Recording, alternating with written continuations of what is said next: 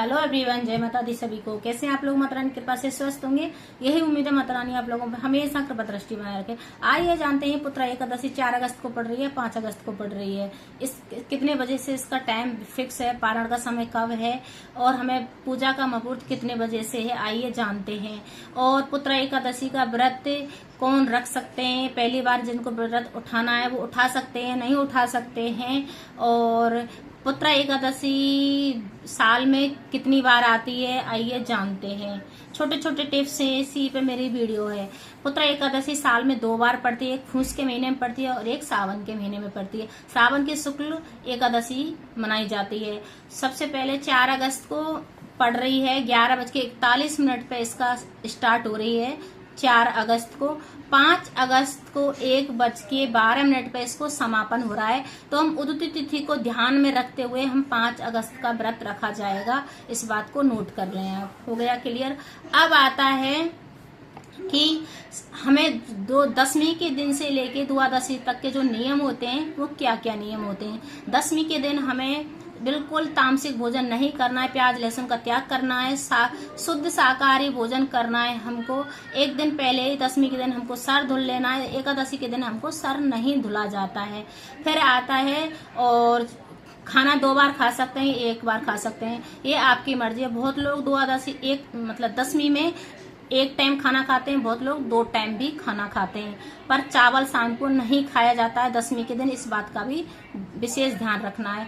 अब आता है एकादशी के दिन। एकादशी के दिन हमको सुबह उठकर नहा धोकर पीले वस्त्र धारण करने। विष्णु भगवान को पीले वस्त्र ही सबसे प्रिय होते हैं।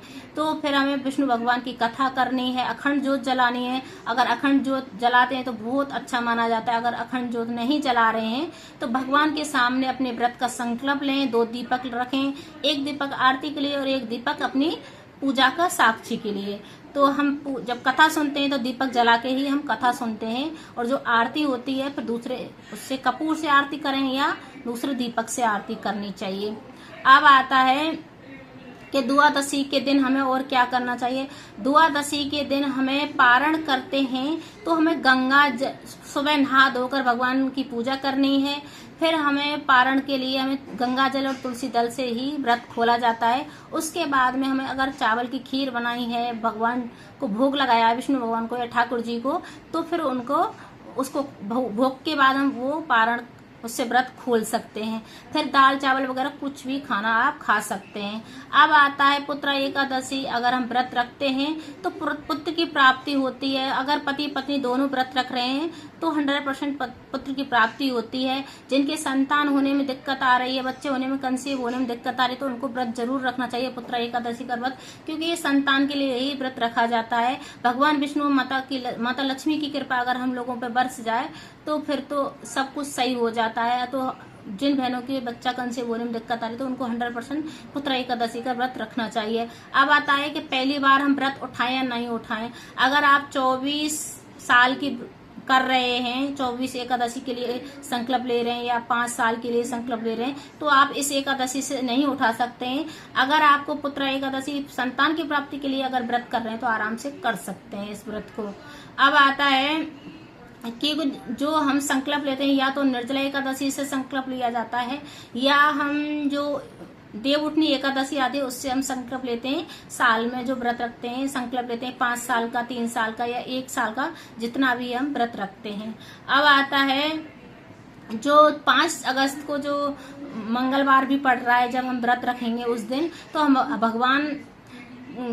विष्णु भगवान के साथ साथ हम हनुमान जी की भी पूजा कर सकते हैं। तो लाल वस्त्र भी धारण कर सकते हैं, पीले वस्त्र भी धारण कर सकते हैं। उनको भी भोग, विष्णु भगवान को भी भोग लगाना है और हनुमान जी को भी भोग जरूर लगाएं उस दिन, क्योंकि हनुमान जी की ही साल है, पर 2025 में मंगल का साल है, तो आपको जरूर भोग लगाना चाहिए।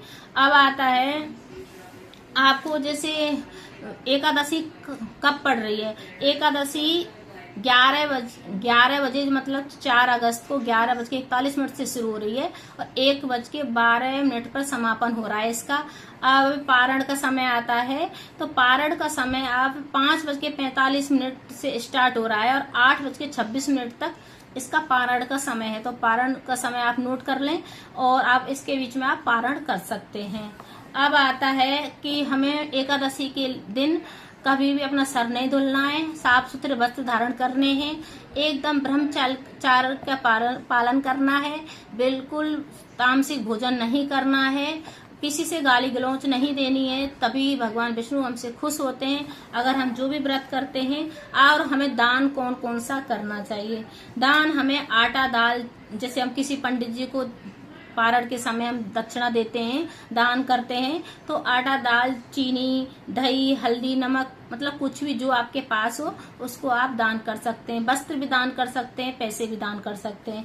पर आटा और दाल और नमक और हल्दी एक जैसे एक इंसान का जो खाना होता है उस हिसाब से आपको निकाल के पंडित जी को जरूर दे के आना चाहिए।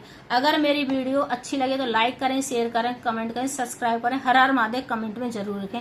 हरे विष्णु, जय विष्णु।